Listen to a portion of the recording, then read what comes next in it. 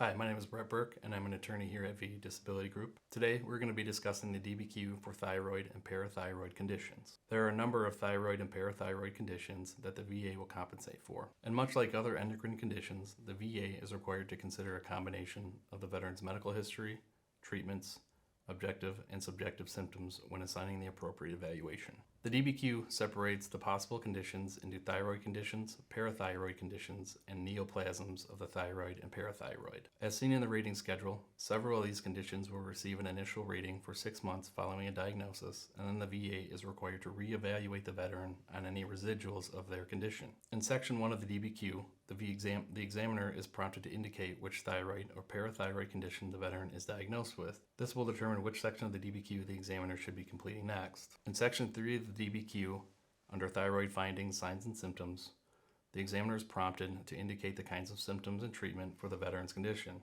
This information will be used to determine the appropriate rating based on the rating schedule. Additionally, found in Box 3A, the examiner is required to mark down any other body systems that may be affected by the veteran's thyroid condition.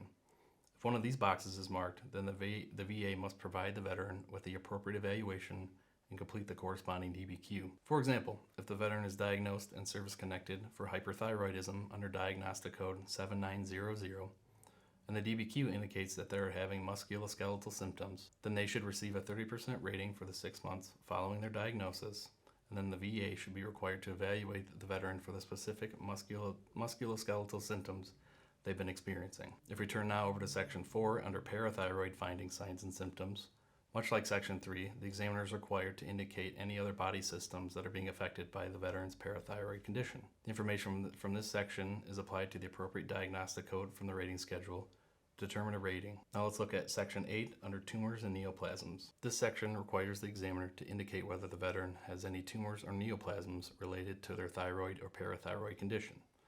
Per the rating schedule, if the veteran has a malignant neoplasm, they should be receiving a 100% rating for the entirety of their treatment, plus the 6 months following the completion of their treatment. The VA is required to evaluate the veteran for any residuals. In contrast, if the veteran has benign neoplasms, the veteran will not receive the same 100% rating as the malignant neoplasms, and the examiner is only required to evaluate the veteran for any residuals of their condition. One unique consideration found on this DBQ can be seen in Section 11. In this section, the VA examiner is prompted to detail any functional impacts that the veteran's thyroid or parathyroid condition has on their ability to work.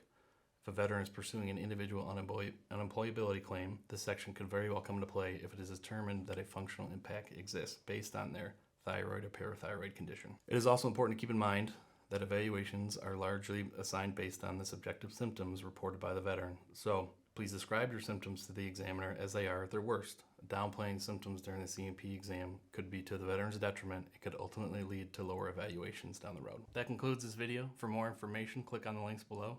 And remember to like and subscribe to our YouTube page for more information regarding your VA disability benefits.